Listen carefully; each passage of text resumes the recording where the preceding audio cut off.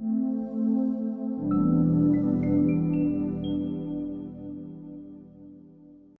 Elohimers. Tiba saatnya nih kita hari ini mau memuji dan menyembah Tuhan. Sebelum kita mau mulai ibadah hari ini, mari kita sama-sama berdoa terlebih dahulu. Haleluya Tuhan.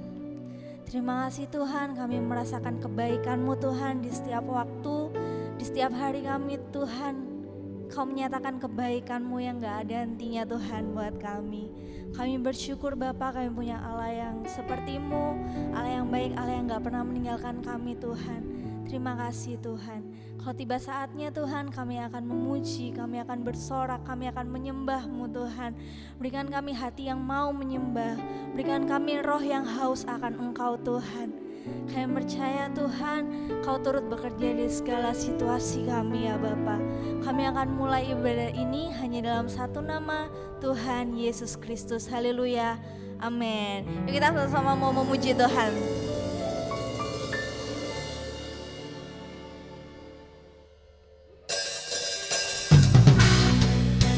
Sebab kami percaya Engkau Allah yang hebat Tuhan.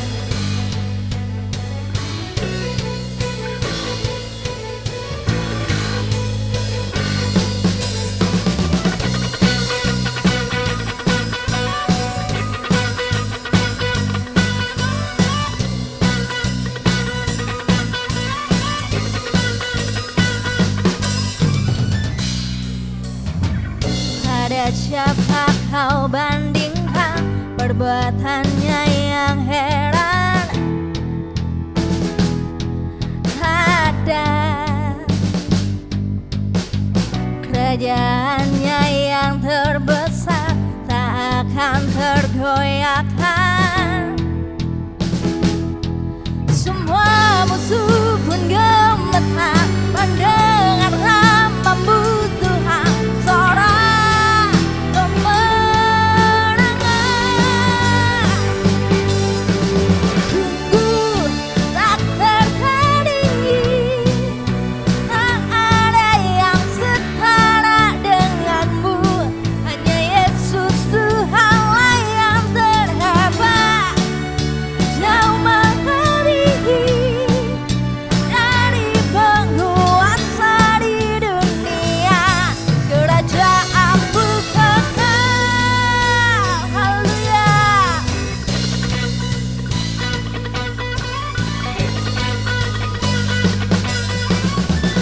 Pada siapa kau bandingkan perbuatannya yang heran? Ada kerajaannya yang terbesar, takkan tergoyahkan.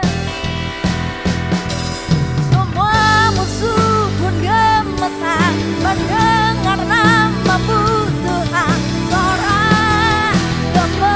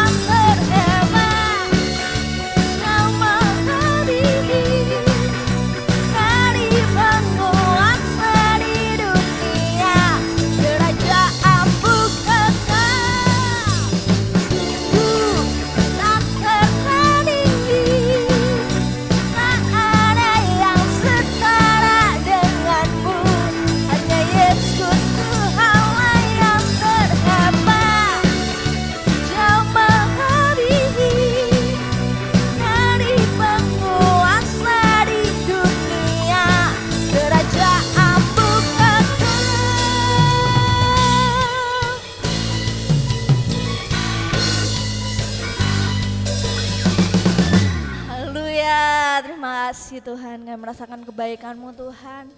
Kau Allah yang gak pernah berubah Tuhan, dan kami bangga kami memiliki Engkau Tuhan. Kami mau menyembah-Mu Tuhan lebih dalam lagi. Haleluya Yesus.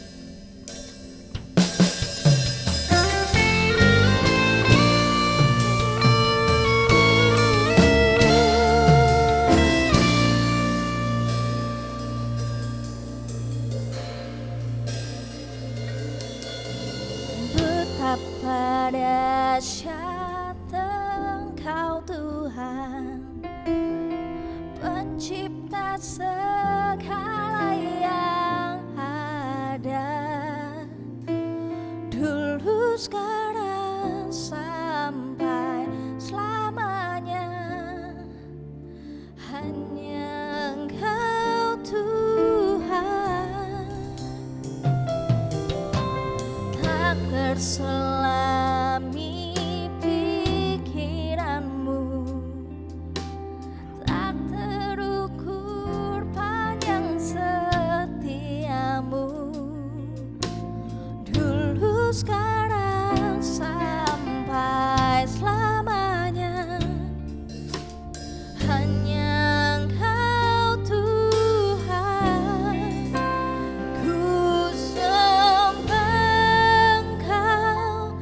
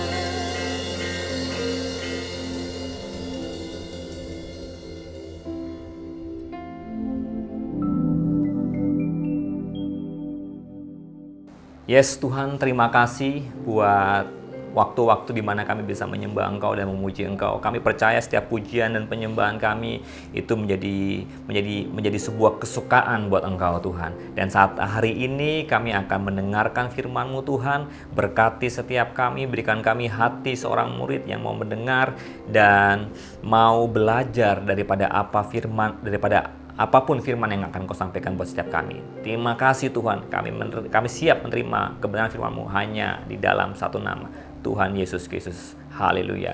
Amin. Halo teman-teman YC, apa kabarnya? Wah, kembali lagi kita di online service kita, Next Gen service kita.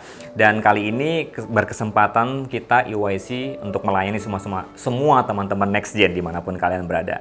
So, nggak lama-lama teman-teman, perenungan saya beberapa minggu ini tentang sebuah hal yang ketika saya dengar berita, ketika saya dengar informasi di sosial media dan sebagainya, membuat kayaknya sepertinya hidup kita di hari-hari ini nggak semakin mudah gitu kan. Ada banyak tantangan, COVID yang nggak semakin mudah, nggak segera selesai seperti itu. Terus mungkin ada teman-teman yang mungkin kehilangan pekerjaan, teman-teman yang mungkin sudah burn out di rumah saja gitu kan, sekolah, belajar, kuliah semuanya di rumah saja, mungkin sampai di titik dimana udah boring banget. Atau mungkin teman-teman yang sudah kayaknya udah males deh, nggak mau kemana-mana. Tapi saya percaya sungguh waktu saya merenungkan itu semua dengan keadaan seperti itu semua, saya melihat bahwa kita butuh Tuhan sebenarnya untuk bisa melewati itu semua. Saya nggak tahu teman-teman bagaimana keadaan kalian di rumah. Kalian mungkin lagi takut, khawatir, dan sebagainya. Tapi saya percaya dengan Tuhan kita mampu dan kita sanggup bisa melewati itu semua. Nah, saya akan sharing sesuatu hal dari perenungan saya tentang penyertaan Tuhan atau God with us, gitu kan. Sebuah hal yang penting banget, sebuah hal yang menarik sekali. Sebelum saya sharing, saya mau teman-teman kita framing sebuah hal yang menarik banget tentang kisah Ayub di dalam Alkitab. Menarik sekali, kisah Ayub ini membuat saya berpikir, membuat saya melihat ada suatu hal yang luar biasa di luar nalar kita. Yaitu ada sebuah di Ayub 1 ayat 6 sampai 11 itu ada sebuah percakapan antara iblis dan Tuhan yang sedang ngomongin Ayub. Jadi itu kayak sebuah konspirasi ilahi kalau buat saya gitu kan. Sedap, sebuah konspirasi ilahi antara iblis dan Tuhan gitu kan. Jadi menarik banget waktu itu Tuhan bertanya kepada iblis, "Iblis, kamu melihat Ayub nggak, hambaku yang saleh, yang luar biasa?" Dan iblis berkata, "Ya, aku lihat." Iblis juga menyangga dan berkata kepada Tuhan, "Ya wajar Tuhan, kalau Ayub itu saleh dan mencintai Tuhan dan percaya kepada Tuhan, tuh wajar banget, normal banget. Karena apa? Karena Engkau memberikan sebuah perlindungan buat segala apapun yang dimiliki dia." Nah, kita buka di Ayub 1 ayat 10. "Bukankah engkau yang membuat pagar sekeliling dia dan rumahnya serta segala yang dimilikinya? Apa yang dikerjakannya telah kau berkati dan apa yang dimilikinya makin bertambah di negeri itu." Menarik sekali di Ayub 1 ayat yang ke-10, Alkitab berkata atau iblis berkata kepada Tuhan, "Wajar kalau Ayub mencintai engkau." Karena apa? Karena engkau yang membuat pagar sekeliling dia. Engkau melindungi Ayub. Menarik sekali, ternyata ada sebuah kekuatan di luar nalar kita, ada sebuah kekuatan ilahi yang itu bisa berperan sangat penting buat kehidupan kita. Ada banyak orang mungkin berpikir bahwa, saya diberkati atau saya punya kekayaan yang ini, itu dan sebagainya, itu karena hasil kerja dan usaha saya. Padahal sebenarnya ada ikut campur tangan Tuhan di situ. Nah, waktu iblis berkata kepada Tuhan, "Wajar sekali Tuhan. Kenapa? Karena engkau membuat pagar. Karena engkau melindungi rumahnya, segala yang dimilikinya, apa yang dikerjakannya telah engkau berkati." Di sini kita melihat bahwa ternyata orang percaya itu memiliki sebuah perlindungan daripada Tuhan. Sekali lagi saya ulangi, ternyata orang percaya itu memiliki perlindungan daripada Tuhan. Jadi hal yang sangat aneh banget kalau ada orang Kristen, ada orang percaya ngomong gini, "Saya diberkati itu karena hasil kerja keras saya saja." Teman-teman harus ingat ini, kalian diberkati, kalian memiliki mungkin dapat masuk ke kampus yang terbaik, sekolah yang terbaik, atau mungkin ada beberapa teman-teman yang dapat beasiswa, atau mungkin teman-teman yang memiliki sebuah keluarga yang harmonis gitu kan, papa mama kalian sayang banget sama kalian, atau apapun itu, sekali lagi itu karena Tuhan ikut menjaganya, Tuhan memberkatinya. Jadi hal yang penting banget. Jadi sekali lagi ini menjadi sebuah framing buat setiap kita untuk tahu, untuk mengerti bahwa ada campur tangan Tuhan buat setiap kehidupan kita. Nah, mengapa pertanyaannya gini kan, mengapa iblis mengizinkan mengapa Tuhan mengizinkan iblis untuk mencobai Ayub? Pertanyaan kan seperti itu. Kok ada seperti sebuah konspirasi yang terjadi? Kenapa sih Tuhan kok mengizinkan iblis mencobai Ayub? Padahal kan Ayub adalah orang yang dikasihinya. Artinya gini, bahwa setiap kita juga bisa memiliki kemungkinan yang sama untuk mengalami pencobaan di dalam kehidupan kita.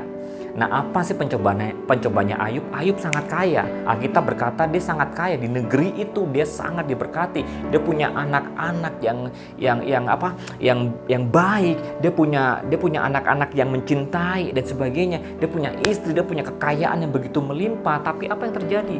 Dalam hitungan detik ketika Tuhan membuka pagar untuk dibiarkannya iblis menyentuh kehidupan Ayub, maka dalam hitungan menit semuanya lenyap, hartanya lenyap, anak-anaknya mati, ternaknya juga musnah, bahkan istrinya pun meninggalkan dia. Menarik sekali teman-teman. Jadi kalau Ayub saja bisa mengalami itu, artinya setiap kita pun bisa mengalami kemungkinan atau pencobaan-pencobaan terburuk di dalam kehidupan kita. Pertanyaan gini, mengapa Tuhan mengizinkan iblis untuk mencobai Ayub?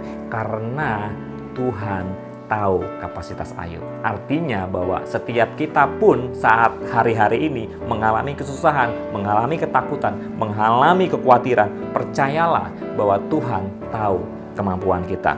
Nah, ada dua prinsip yang saya mau kasih tahu buat teman-teman, bahwa sekali lagi apapun yang terjadi dalam kehidupan kita, pegang prinsip ini. Atau apapun pencobaan-pencobaan yang terjadi dalam kehidupan kita, pegang prinsip ini. Yang pertama, pencobaan-pencobaan yang kamu alami itu tidak akan pernah melebihi kekuatanmu. Sekali lagi, kalau Tuhan kasih gitu kan, kalau ada sebuah pencobaan, ada sebuah tantangan di dalam kehidupanmu, percayalah bahwa itu tidak akan pernah melebihi kekuatanmu. Yang kedua, setiap pencobaan yang kita hadapi atau kita alami, Tuhan tahu kita mampu menanggungnya dan melewatinya. Nah, pertanyaannya gini, banyak sekali anak-anak Tuhan ketika mengalami pencobaan, ketika ada di fase-fase kritis atau sulit di dalam kehidupannya, mereka menyerah. Mereka berkata Tuhan tidak baik. Mereka berkata bahwa Tuhan meninggalkan mereka. Enggak, teman-teman. Apapun yang terjadi di dalam kehidupanmu hari-hari ini, sekali lagi, Tuhan tahu. Bahkan Alkitab berkata bahwa sehelai rambut di kepalamu pun jatuh, Tuhan mengizinkannya, Tuhan tahu. Dan ini yang terjadi dengan Ayub. Kalau teman-teman baca kisah Ayub, itu pencobaan Ayub tidak mudah, tidak gampang, tidak mudah untuk dilewati. Itu sangat sulit sekali. Tapi di ending kehidupan Ayub bisa melaluinya dengan baik. Bahkan kita nggak perlu sampai nunggu di ending, di ayat yang ke-21 saja, ya kan, kalau teman-teman baca di ayat yang ke-11 dan sebagainya, itu terjadi sebuah perubahan yang dramatis dan drastis banget gitu kan. Tiba-tiba langsung dari Ayub yang diberkati, tiba-tiba langsung tidak punya apapun. Bahkan dia pun sampai sakit dan ya sampai orang-orang berkata bahwa dia punya kusta dan sebagainya, sampai seperti itunya, sangat parah banget. Kalau itu bisa digambarkan di kehidupan sekarang, itu orang ini sudah kayaknya, udah mati aja deh gitu kan, sudah nggak punya pengharapan. Tetapi menarik banget di ayat yang ke-21, Ayub 1 ayat yang ke-21, Alkitab berkata gini, dengan telanjang aku keluar dari kandungan ibuku, dengan telanjang juga aku akan kembali ke dalamnya. Tuhan yang memberi, Tuhan yang mengambil, terpujilah nama Tuhan. Dalam kesemuanya itu, Ayub tidak berbuat dosa dan tidak menuduh Allah berbuat yang kurang patut. wow, kehilangan anak-anaknya, kehilangan harta bendanya, ditinggalkan oleh istrinya, bahkan dia sakit, mengalami sakit kulit, bahkan hampir mati sebenarnya. Ayub sekali lagi dia tidak mengutuki Allah, dia tetap bisa memuji Allah, tetap bisa bersyukur bahwa segala sesuatu itu dari Tuhan, dan kalau Tuhan yang ambil itu milik Tuhan juga. Nah teman-teman, saya berdoa bahwa buat setiap kita tetap bisa kuat. Nah, mengapa ketika kita seringkali menyerah dan putus asa masalah datang? Mengapa kita seringkali menyerah dan putus asa saat masalah datang? Nah, ini menjadi sebuah perenungan kita, ya kan? Waktu masalah datang dan dan problem datang dalam kehidupan kita ini gampang mudah menyerah gitu kan. Kenapa sih? Kenapa ini kita mudah gampang menyerah? Saya ada dua hal ini teman-teman. Yang pertama, kenapa kita mudah menyerah saat masalah problem datang? Kenapa kita nggak sekuat Ayub gitu kan? Ayub tetap bisa bertahan, Ayub tetap bisa menyembah Tuhan, bahkan tidak memaki-maki Tuhan sekalipun hal yang dialami itu tidak mudah. Kalau di kehidupan sekarang itu tidak mudah untuk dihadapi. Yang pasti kalau itu datang kepada saya pribadi pun, mungkin saya akan bisa ninggalin Tuhan. Tapi Ayub tidak melakukan hal yang seperti itu. Mengapa seringkali kita mudah untuk menyerah saat masalah datang? Yang pertama, kenapa kita mudah menyerah? Karena kita tidak mengandalkan kekuatan Tuhan. Teman-teman, masalah yang dihadapi Ayub itu kalau pakai kekuatan sendiri, itu pasti selesai. Pasti end gitu kan kisahnya. Tapi menarik banget kenapa Ayub tidak menyerah, karena Ayub mengandalkan kekuatan Tuhan. Yeremia 17 ayat yang kelima. Beginilah firman Tuhan, terkutuklah orang yang mengandalkan manusia, yang mengandalkan kekuatannya sendiri, dan yang hatinya menjauh daripada Tuhan. Jadi kenapa kita mudah menyerah dan putus asa saat masalah datang? Karena yang pertama, kita tidak mengandalkan kekuatan Tuhan. Kebanyakan orang yang hari-hari ini mereka stres adalah orang-orang yang seringkali mengandalkan kemampuan mereka. Ketika situasi tidak bisa dikendalikan, akhirnya mereka menjadi panik, mereka menjadi bingung, mereka menjadi kayak aduh ini nggak bisa lagi dihandle. Akhirnya mereka jadi orang yang gampang banget menyerah dengan kehidupan. Bahkan mungkin tidak banyak juga yang akhirnya mengakhiri kehidupan, bunuh diri dan sebagainya teman-teman. Tapi ketika kita tahu bahwa saya sudah nggak mampu, ini di luar nalar saya, teman-teman jangan andalin kekuatan lagi sendiri. Jangan andalin orang lain. Manusia seringkali mengecewakan, tapi mari kita datang kepada Tuhan. Karena firman Tuhan berkata bahwa ketika kita mengandalkan Tuhan, Tuhan yang akan berperang ganti kita. Datang kepada Tuhan dan andalin Tuhan untuk setiap problem kita. Yang kedua, kenapa kita seringkali menyerah dan putus asa saat masalah datang? Yang kedua adalah kita tidak mengenal Tuhan secara pribadi. Yakobus 4 ayat 8, Alkitab berkata sebagian A-nya saja, mendekatlah kepada Allah, maka Ia akan mendekat kepadamu. Yang kita butuhkan supaya tidak gampang menyerah adalah kita harus mendekatkan diri kepada Allah.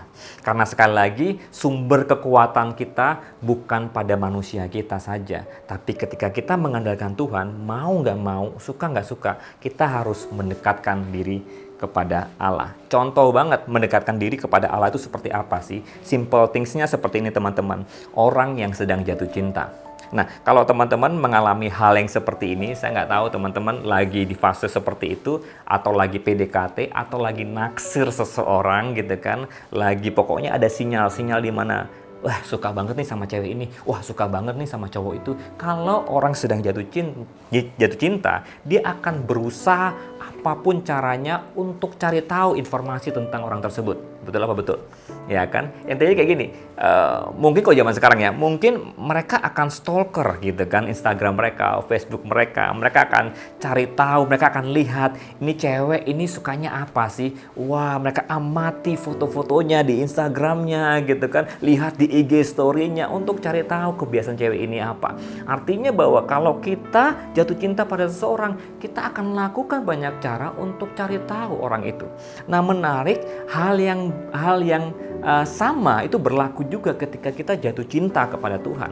Ketika kita bilang gini, kita mencintai Tuhan, apakah rasa yang kita yang bergelora, yang muncul di dalam hati kita untuk cari tahu informasi tentang pria atau tentang wanita yang kita taksir itu, apakah itu sama dengan rasa yang kita cari tahu tentang Tuhan?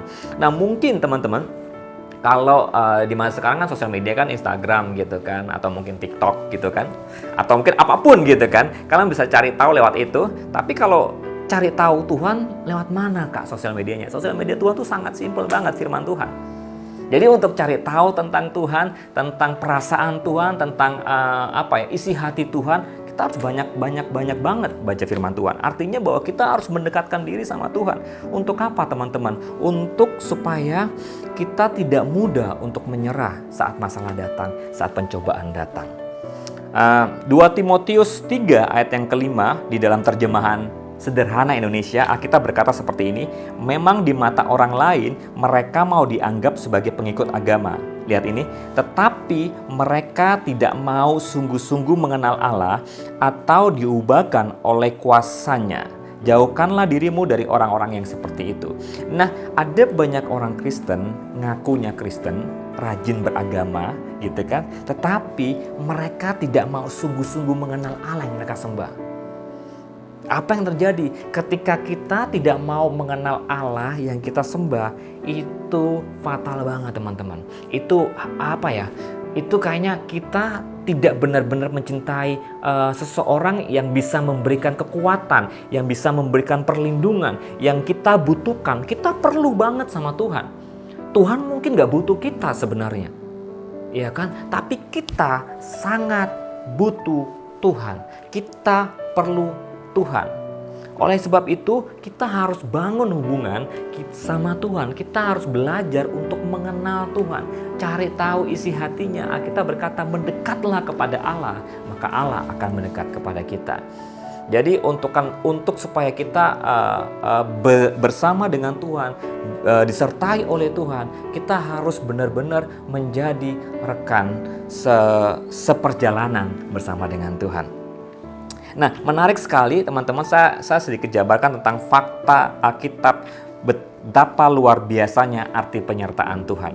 Nah, ini menarik, saya tidak jabarkan semuanya, saya coba kutip beberapa kisah yang ini mungkin teman-teman sudah sering kali dengar. Yang pertama, waktu Tuhan menyertai Musa dengan tiang api dan tiang awan ketika keluar dari tanah Mesir. Ini hal yang menarik banget. Musa berkata kepada Tuhan, Tuhan, aku akan memimpin bangsa Israel keluar dari Mesir, asalkan engkau menyertai aku.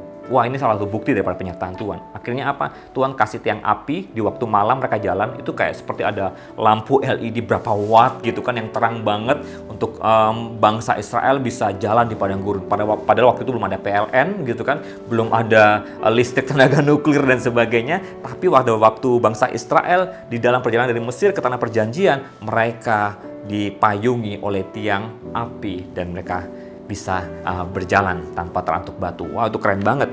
Yang kedua, waktu Tuhan menyertai Daud ketika menghadapi Goliat. Ini menarik banget. Goliat yang begitu besar, yang begitu tinggi, berhadapan dengan seorang anak muda yang masih sangat muda banget, yaitu Daud. Daud berkata kepada Goliat begini, engkau mendatangi aku dengan pedang, tapi aku mendatangi engkau dengan nama Tuhan Allah Israel. Wow, dan dia langsung lemparkan itu batu dan boom, Goliat mati. Karena apa? Penyertaan Tuhan, bukan karena kemampuan Daud. Terus yang ketiga adalah Joshua ketika menghadapi kota Jericho. Nah, Joshua menarik banget ketika dia menghadapi kota Jericho. Ini kota yang dibentengi dengan sebuah tembok yang kuat, yang besar banget.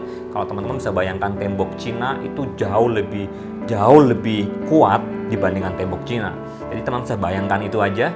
Dan menariknya adalah Yosua meruntuhkan tembok Jericho bukan dengan kekuatan daripada pasukan Israel, tapi dia meruntuhkan tembok Jericho hanya 7 kali muterin tembok Jericho dan memuji dan menyembah Tuhan, dan boom, tembok Jericho runtuh. Jadi pertanyaannya gini teman-teman, kalau kita bersama dengan Tuhan itu awesome banget, itu pasti keren banget.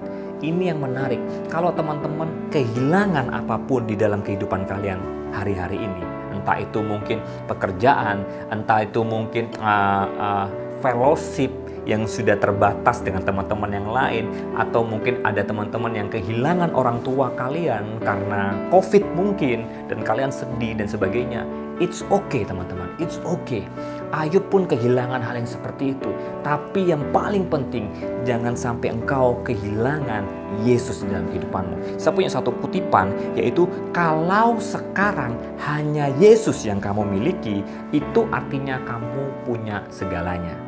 Sekali lagi saya ulangi, kalau hanya Yesus yang saat ini yang kamu miliki, itu artinya kamu punya segalanya.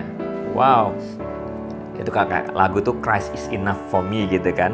Nah, ada dua hal yang saya kutip dari sebuah kisah yang menarik. Dua hal yang ketika ada Yesus tapi Yesusnya nggak diapa-apain, dan ketika tanpa Tuhan gitu kan, tanpa Tuhan hadir secara fisik, tetapi ini powerful banget. Nah, yang pertama kita belajar dari dua kisah ini. Yang pertama adalah tentang saya angkat murid-murid Yesus, dan yang kedua adalah Daud. Nah, yang pertama murid-murid Yesus. Mari kita buka sama-sama di Markus 4 ayat yang ke-38 sampai yang ke-40. Ini ada sebuah kejadian yang menarik banget. Saya akan bacakan buat teman-teman. Pada waktu itu Yesus sedang tidur di buritan sebuah tilam. Maka murid-muridnya membangunkan dia dan berkata kepadanya, "Guru, engkau tidak peduli kalau kita binasa." Ia pun bangun, menghardik angin itu dan berkata kepada danau itu, "Diam, tenanglah." Lalu angin itu reda dan danau itu menjadi teduh. Lalu berkata kepada mereka, "Mengapa kamu begitu takut? Mengapa kamu tidak percaya?" Mengapa mereka menjadi sangat takut dan berkata seorang kepada yang lain, "Siapa gerangan orang ini?" Sehingga angin dan danau pun taat kepadanya. Wow, ini menarik banget. Suatu ketika Yesus bersama murid-muridnya naik ke sebuah perahu, dan apa yang terjadi ketika mereka menyeberangi sebuah danau? Ada badai yang terjadi teman-teman. Ada gelombang, ada ombak, ada angin yang luar biasa. Mereka ini murid-murid Yesus kebanyakan atau sebagian besarnya adalah orang-orang yang dulunya berprofesi gitu kan sebagai nelayan. Mereka berprofesi sebagai nelayan, dan waktu mereka mengalami badai, mengalami angin dan sebagainya, mereka pakai kekuatan mereka. Mereka tahu, mereka pikir bahwa mereka ini hebat, mereka pakai segala cara, tetapi badainya nggak reda juga. Baru akhirnya mereka sadar, bukan karena sadar, tapi mereka melihat ke belakang, Yesus malah tertidur. Nah, ini menarik sekali. Kita mungkin sebagai orang percaya, seringkali ini yang kita kerjakan, kita pakai kekuatan kita. Benar nggak? Waktu masalah datang, waktu problem datang, kita andalin kekuatan kita. Kita cari orang di luar sana yang juga bisa tolong kita. Kita coba segala cara, kemampuan kita kerahkan dan sebagainya. Padahal sebenarnya di sekitar kita atau mungkin di belakang kita sebenarnya ada Yesus sedang menunggu. Untuk apa? Untuk kita bisa mintai tolong. Nah, menarik banget, pada waktu itu di kapal itu ada Yesus di situ. Tetapi murid-murid mengabaikan Yesus. Mereka lebih memilih untuk memakai kekuatannya mereka. Yesus santai aja. Nah, seringkali kita menjadi orang Kristen yang seperti itu. Kita punya Yesus, tapi kita tidak mengandalkan Yesus. Kita justru malah mengabaikan Yesus. Kita justru malah mengesampingkan Yesus. Yang terjadi padahal Yesus berkata bahwa yang terjadi bahwa ya kan di ayat yang ke-41, malah di ayat yang ke-41 dari Markus 4, mereka menjadi sangat takut dan berkata seorang kepada yang lain, "Siapakah gerangan orang ini?" Wow. Ini bukti daripada murid-murid tidak mengenal baik daripada Yesus. Kalau dia kenal siapa Yesus, saya percaya mau badai, mau hujan angin, selama Yesus masih tidur di belakang, artinya gini, semuanya di dalam kendali.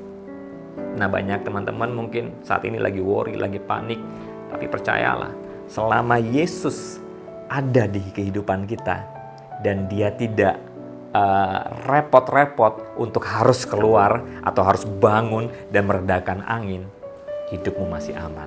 Yang kedua, yang menarik teman-teman adalah tentang Daud. Nah, ini menarik.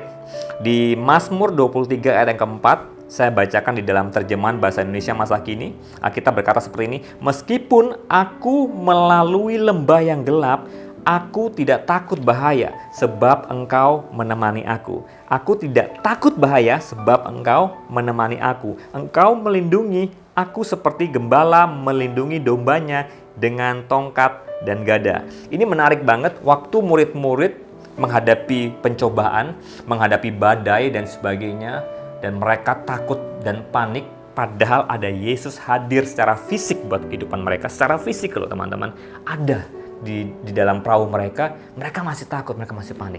Tetapi berbeda dengan Daud. Daud tidak bersama dengan Tuhan secara fisik, secara kelihatan hadir berjalan bersama Daud. Tetapi Daud dia berkata gini, "Meskipun aku melalui lembah yang gelap, aku tidak takut bahaya, sebab apa? Engkau menemani aku."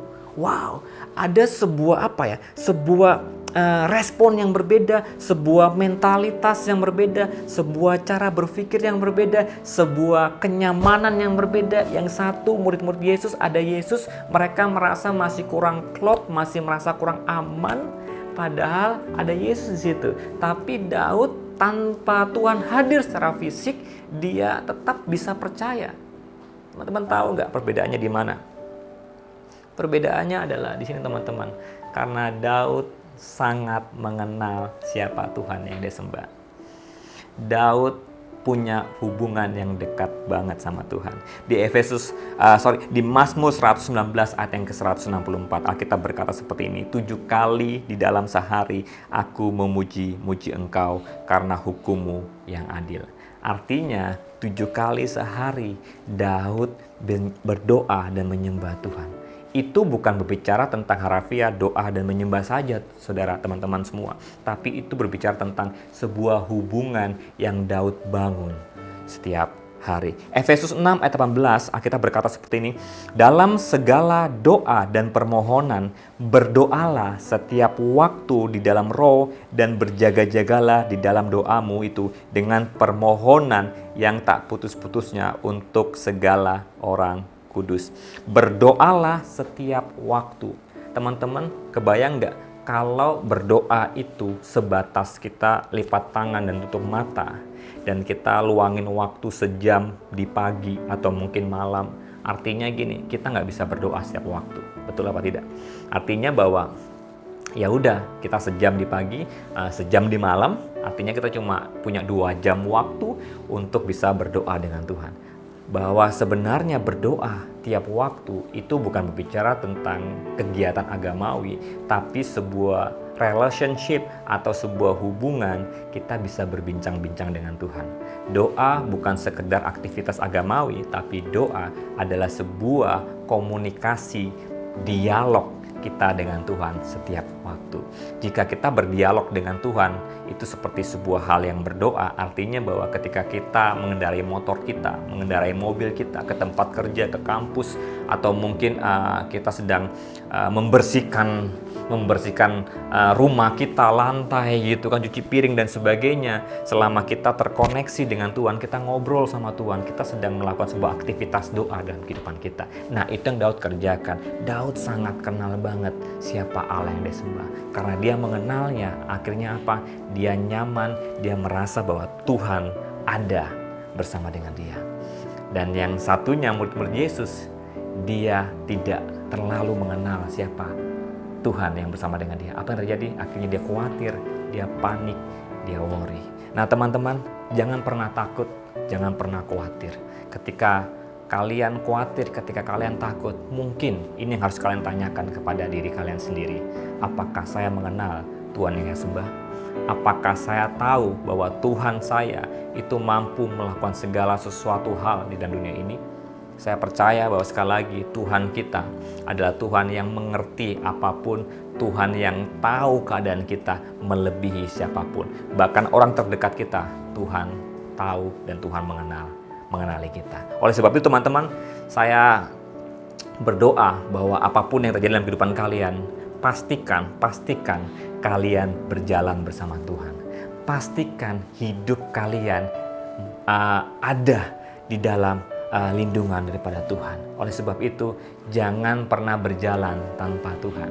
Tuhan ada di setiap musim hidupmu. Tuhan ada di saat engkau lagi happy, di saat engkau lagi senang. Tuhan bahkan ada buat engkau juga di saat engkau lagi patah hati, di saat engkau lagi berada di dalam lembah kekelaman. Percayalah sekali lagi bahwa Tuhan bersama dengan kita apapun musim kehidupan kita. Jangan abaikan Dia, jangan tinggalkan Dia, karena Dia selalu dan ingin banget untuk bersama dengan kita. Mari sama-sama kita menyembah Tuhan. Tuhan yang bersama kami, berjalan bersama kami. Ku tak takut, ku tak gentar, sebab Allahku bersama kami. Tuhan yang bersama kami, berjalan bersama kami. Tangan-Mu yang pegang hidupku, ku yakin Kau bersama kami. Tuhan yang bersama kami, berjalan bersama kami. Ku tak takut, ku tak gentar, sebab Allahku bersama kami.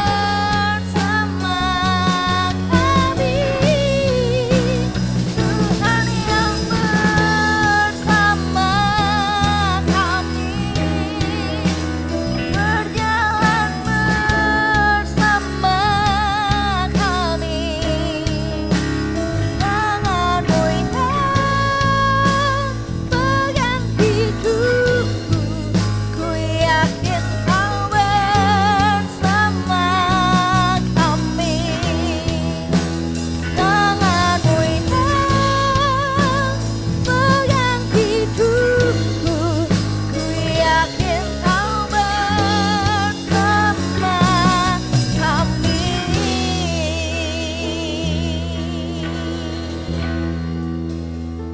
Ya Tuhan, terima kasih Tuhan. Kami tahu dan kami percaya bahwa kami butuh Engkau di setiap musim kehidupan kami.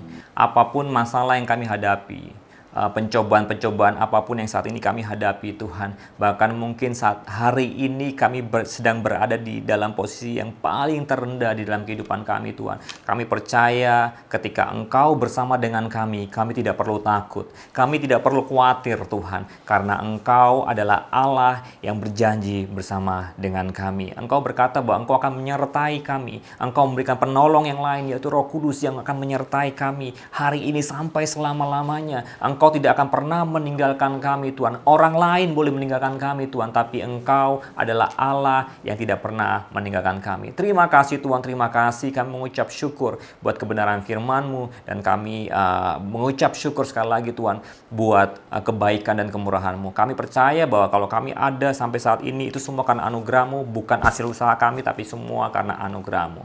Terima kasih Tuhan, terima kasih.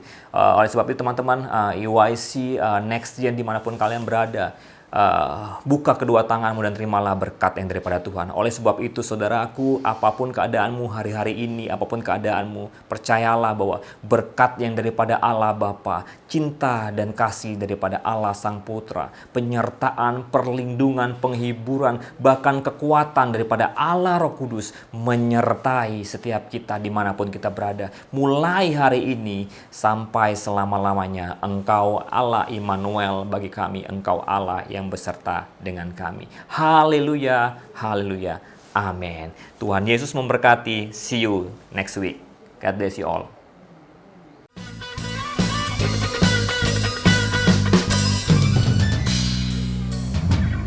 Pada siapa kau bandingkan perbuatannya yang heran?